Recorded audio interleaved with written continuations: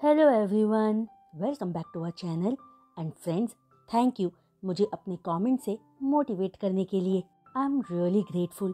और जो कोई भी चैनल पर नए आ रहे हैं उनसे रिक्वेस्ट है कि प्लीज़ चैनल को सब्सक्राइब भी कर लीजिए। और फ्रेंड्स, आप सबसे भी एक रिक्वेस्ट करनी थी कि प्लीज़ हो सके तो अपने लाइक्स भी बढ़ा दीजिए। ओके, तो अब चलिए आगे का वीडियो एक्सप्लेनेशन हम शुरू करते हैं। लास्ट पार्ट में हमने देखा था कि यीबो जान से कहता है कि उसने सब कुछ जान को प्रोटेक्ट करने के लिए किया। माना कि जान एक्चुअल में डिसेंट नहीं है, पर ये बात चाइना के लोग नहीं जानते हैं। जो सब सुनकर जान गुस्से में उबलते हुए पूछता है, तुमने मुझे बचाया या मेरा फायदा उठाया? जिस सवाल पर यीबो अपनी आईज नैरो करके पूछता है कि उसने कब फायदा उठाया, वो ऐसा क्यों करेगा? जिस पर सरकास्टिकली जान कहता है कि अभी यीबो ने जान को किस किया है, क्या यीबो इतनी जल्दी भूल गया? जो सुनकर एक स्मर्क के साथ यीबो जान की आंखों में देखकर बोलता है कि उसने जान को सिर्फ किस ही तो किया है, वो भी उसे बचाने के लिए। तो इसमें इतनी कौन सी बड़ी बात है? और ऐसा तो है नहीं कि जान को इससे पहले किसी ने किस नहीं किया है। वहीं क्या जान भूल गया है कि जान को मीडिया ने बेड के ऊपर किसी और के फियांसे को किस करते हुए पकड़ा था, जो आदमी जान की फ्रेंड से शादी करने वाला था।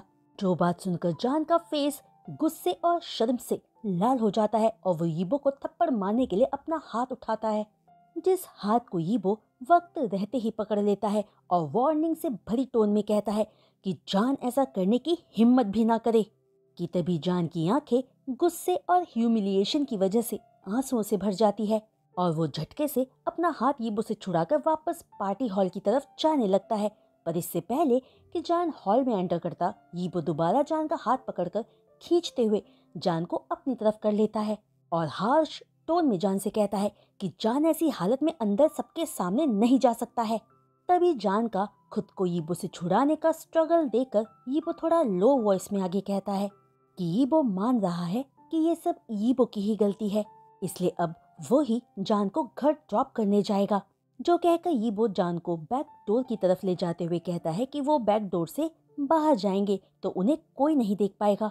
लेकिन जान गुस्से से अपना हाथ यीबो से छुड़ाते हुए कहता है, मैं उन गटर जैसे मीडिया को फेस करना ज्यादा पसंद करूंगा बजाय तुम्हारे साथ जाना, यू सन ऑफ अ। तभी जान अपनी गाली पूरी ना करते हुए रुक जाता है और खुद को कंट्रोल करने की कोशिश करता है, क्योंकि जान को आज तक इतना गुस्सा कोई नहीं दिला पाया था। ये जुआन ने जान को बहुत अच्छा सेल्फ कंट्रोल करना सिखाया था।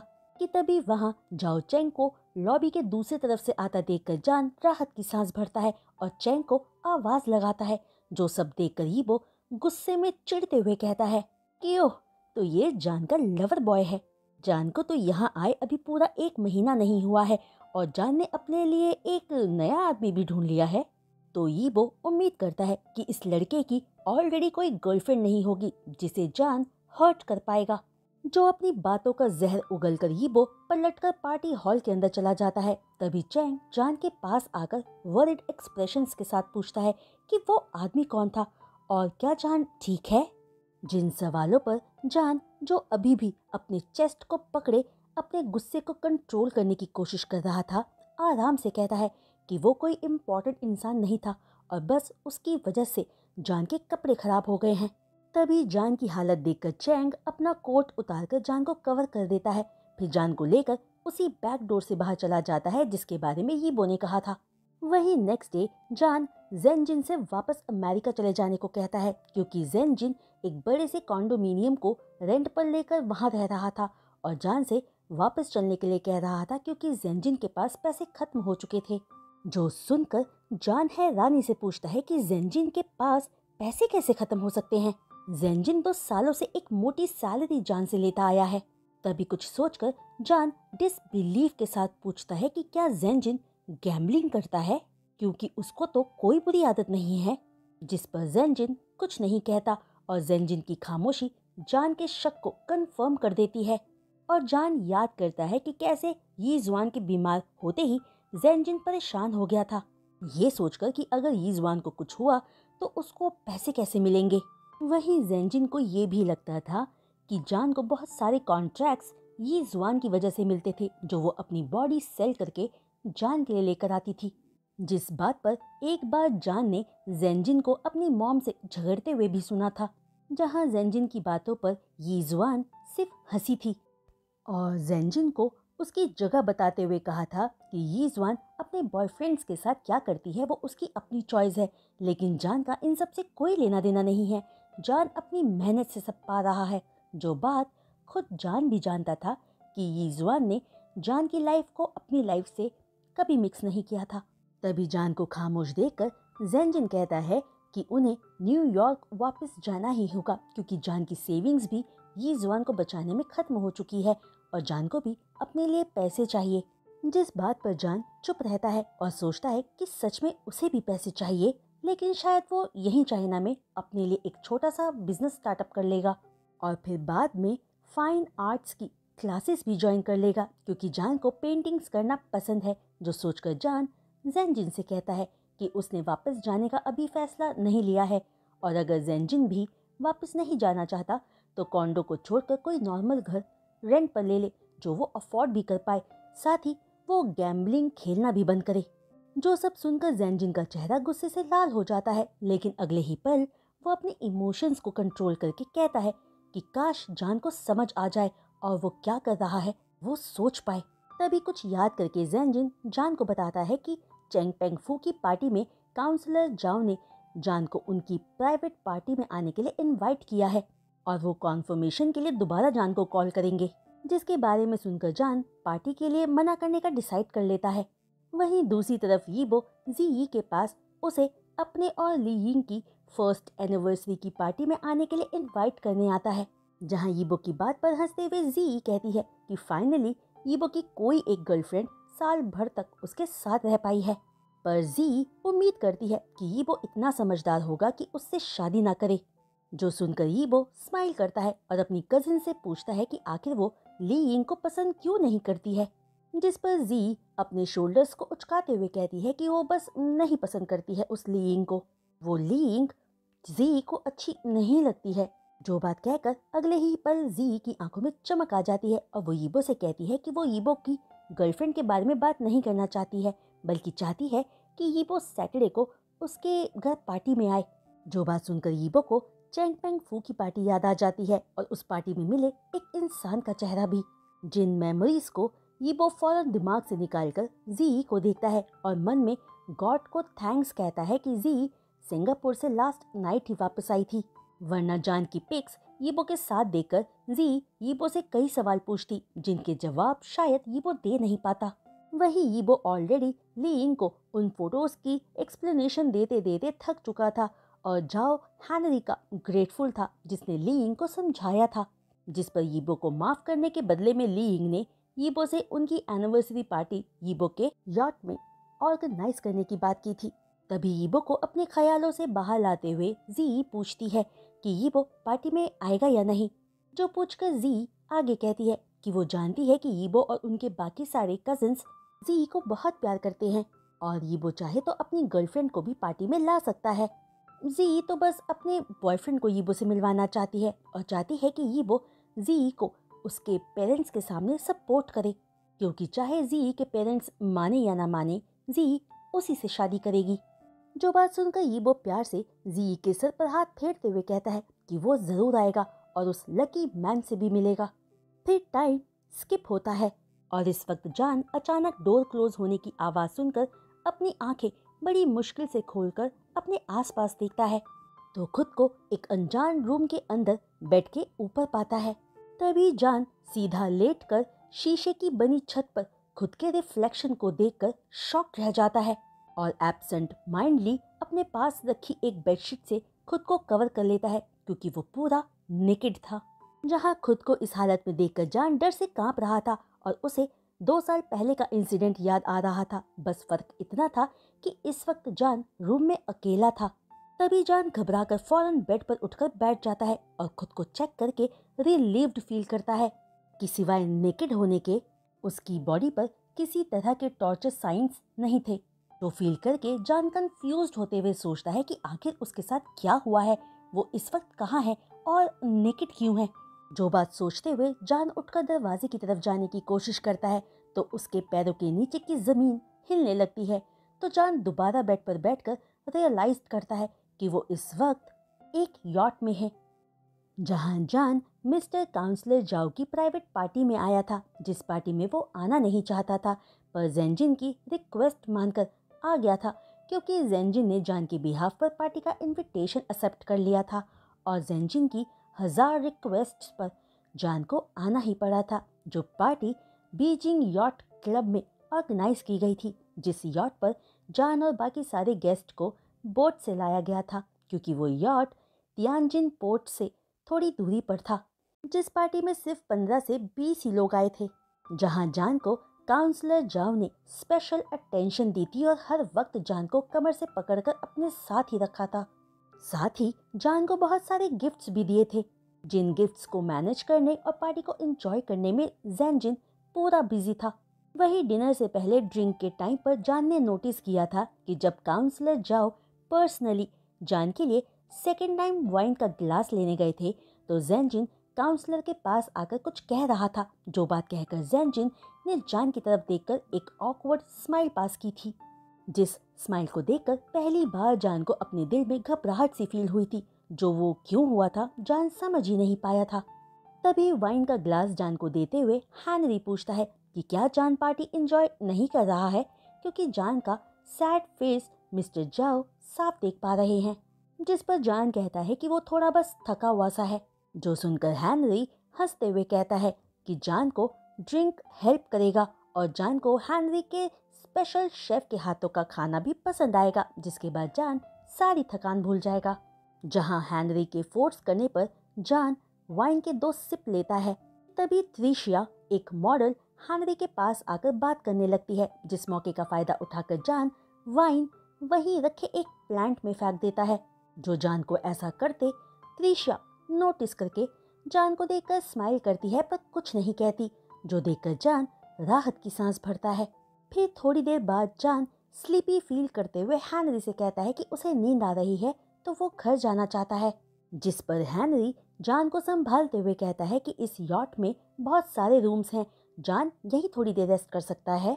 जो सुनकर जान डर जाता है, क्योंकि ये सब बिल्कुल 2 साल पहले वाले इंसिडेंट की तरह हो रहा था। लेकिन तब जान की बस इतनी गलती थी कि वो नींद के आगे हार गया था। जान को वो इंसिडेंट आज भी बहुत अच्छे से याद था कि वो पार्टी एंजॉय कर रहा था कि तभी कोई जान के हाथ से खाली गिलास लेकर उसे भरा गिलास दे गया था, जिस इंसान को जान भीड़ में देख नहीं पाया था। और जब वो थोड़ा स्लीपी फील करके एक रूम में थोड़ी देर रेस्ट करने आया था तो सो ही गया था। फिर उसकी नींद तब खुली थी जब उसने किसी का हाथ अपनी बॉडी पर ट्रैवल करते हुए फील किया था। जहां आंख खोलते ही जान ने अपने अपर बॉडी के कपड़ों को उतरा हुआ और जेफरी को अपने ऊपर पाया था। वहीं जान को होश में देखते ही जेफरी ने जान को चीखने से रोकने के लिए उसके मुंह को कवर करके चुप रहने को कहा था और धमकी दी थी कि जान ऐसा करके सिर्फ खुद को ही एम्बैरस करेगा। जिस पर इससे पहले कि जान जेफरी से बचकर भाग पाता, रूम का डोर जोर से खोलकर जी अंदर आ गई थी और अपने सामने 2 लोगों को कॉम्प्रोमाइजिंग पोजीशन में देखकर चीखते हुए रोने लगी थी। और इस वक्त जान के साथ वही सब दोबारा हो रहा था और जान ये सोचकर डर रहा था कि उसे इतनी नींद क्यों आ रही है, क्योंकि उसने तो बहुत कम ही ड्रिंक किया था। जो सब सोचकर जान ने जेंजिन को ढूंढने की भी कोशिश की थी, पर वो वहां कहीं नहीं दिख रहा था। तभी काउंसलर झाओ हेनरी जान को पकड़कर रूम की तरफ ले जाने लगता है, जिस पर जान प्रोटेस्ट करने की कोशिश करता है और इससे पहले कि जान चीख कर जेंजिन को बुलाता, जान बेहोश हो जाता है। जो सारा इंसिडेंट याद करके जान फौरन बेड से खड़ा होकर फ्लोर पर गिरे अपने कपड़े उठाने लगता है कि तभी उसे बाहर से किसी की बात करने की आवाजें आती है, जो सुनने के लिए जान चुपचाप डोर खोलता है तो जेंजिन को काउंसलर जाओ से बात करते हुए देखता है, जहां जेंजिन हेनरी से कहता है कि जान का आदमियों के साथ कांटेक्ट ना के बराबर है, इसलिए जेंजिन को डबल प्राइस चाहिए। जो सुनकर काउंसलर जाओ हेनरी स्मर्क के साथ कहता है कि जब न्यूयॉर्क में जान वाला स्कैंडल हुआ था तो हेनरी वहीं था, तो जेंजिन हेनरी को बेवकूफ़ ना बनाए कि जान वर्जिन है। जिस पर जेंजिन कहता है कि उस वक्त जान के साथ कुछ नहीं हुआ था और वो सब जान के साथ जेंजिन की ही वजह से हुआ था, क्योंकि उसी ने वो सब प्लान किया था। वहीं मिस्टर जेफरी मूरे ने सोचा ही नहीं था कि जान को क्लेम करने से पहले ही उनकी फियांसे वहां आ जाएगी। जो सारी बात सुनकर जान की पूरी बॉडी डर से कांप जाती है और वो समझ जाता है कि जेनजिन ने ये सब कुछ पैसों के लिए किया था। 2 साल पहले उस वक्त जान की मॉम को कैंसर डायग्नोस हुआ था और जेनजिन को पैसे चाहिए थे और अभी भी जेनजिन के पास पैसे नहीं है, तो उसने जान को लेकर हेनरी के साथ डील की। तभी हेनरी जान को डोर पर खड़ा नोटिस करके स्माइल के साथ कहता है कि वाह, जान उठ गया और लगता है कि जान को सब पता चल चुका है। जो सुनकर जान गुस्से में कहता है कि वो जेनजिन को मार डालेगा, लेकिन हेनरी जान के पास आकर उसके हाथ को पकड़कर कहता है कि जान जेनजिन को भूल जाए और हेनरी के साथ रूम में चले। हेनरी को यकीन है कि जान हेनरी को प्रॉब्लम नहीं देगा, जिस पर जान अपनी आधी नींद की हालत में हेनरी से खुद को छुड़ाने की कोशिश करता है और कहता है कि जान वैसा नहीं है जैसा हेनरी उसे सोच रहा है। जो सुनकर हेनरी स्माइल के साथ कहता है कि अगर जान सच कह रहा है तो ये तो हेनरी के लिए लॉटरी जीतने जैसा है। जो सुनकर जान हेनरी को अपनी पूरी ताकत से धक्का मारकर ऊपर डॉक की तरफ भागने लगता है कि तभी जान को भागने से रोकने के लिए हेनरी जान के ऊपर की बेडशीट को पकड़ लेता है, जो जान ने अपने आप को कवर करने के लिए यूज किया था। जहां हेनरी की हरकत देखकर जान बेडशीट को वहीं छोड़कर नेकेड ही ऊपर की तरफ भागता है। जो सीन देखकर हेनरी की आंखों में लस्ट भर जाता है, लेकिन जान को अपनी हालत के बारे में नहीं सोचना था, बल्कि हेनरी से बचने के बारे में सोचना था। तभी हेनरी को अपने पीछे आता देखकर जान एक कॉर्नर में जाकर छुप जाता है और हेनरी डॉक पर आकर जान को ढूंढते हुए कहता है कि जान कितना इनोसेंट है जो हेनरी से बचने की कोशिश कर रहा है। अब जान बाहर आकर हेनरी से बैठकर बात करे, क्या पता हेनरी जान को जाने दे, क्योंकि हेनरी कोई स्कैंडल नहीं चाहता है। वो दोनों वापस केबिन में जाकर बात कर सकते हैं। जिन सब बातों पर जान यकीन करना चाहता था, पर सच ये था कि जान को ड्रग दिया गया था और हेनरी जान को लेकर लस्ट से भरा था, इसलिए जान चांस नहीं ले सकता था। तभी जान हेनरी को अपनी तरफ आता देखकर फौरन यॉट के रेलिंग पर चढ़कर बैठ जाता है, जो देखकर हेनरी घबरा कर बोलता है कि जान बेवकूफी ना करे, क्योंकि जान तैरकर तियानजिन पोर्ट तक नहीं जा पाएगा। वो इसलिए क्योंकि उनका यॉट किनारे से बहुत दूरी पर है। वहीं जान ज्यादा से ज्यादा पास के किसी दूसरे यॉट तक ही तैरकर जा पा सकता है, अगर उसमें उतनी हिम्मत रही तो, वरना जान डूब जाएगा। जो सुनते ही जान की आंखें चमक उठती है और वो हेनरी को उसे ये आइडिया देने के लिए थैंक यू कहकर बिना सोचे ठंडे और गहरे पानी में कूद जाता है। वहीं दूसरी तरफ सारे गेस्ट्स के जाने के बाद यीबो और लीइंग अपने यॉट पर लव मेकिंग कर रहे थे, जहां लीइंग मूव ऑन करते हुए यीबो का नाम लिए जा रही थी। तभी अपने क्लाइमेक्स के बाद यीबो कारपेट से उठकर अपने कपड़े पहनकर चेयर पर बैठकर अपनी ब्रीदिंग को नॉर्मल करने की कोशिश करता है और लीइंग कारपेट पर बैठकर ही सिगरेट पीते हुए स्माइल के साथ यीबो के इंटेंस लव मेकिंग की तारीफ करती है। फिर अपने कपड़े पहनकर यीबो की लैप पर आकर बैठकर यीबो को किस करते हुए कहती है कि यीबो हमेशा उसे सेटिस्फाई करता है।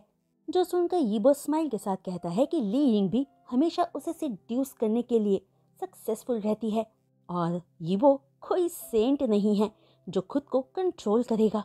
ऐसा नहीं था कि यीबो लीइंग के साथ सेक्स करना एंजॉय नहीं करता था, पर यीबो को हमेशा किसी चीज की कमी का एहसास होता था, जो क्या था वो खुद यीबो भी नहीं जानता था।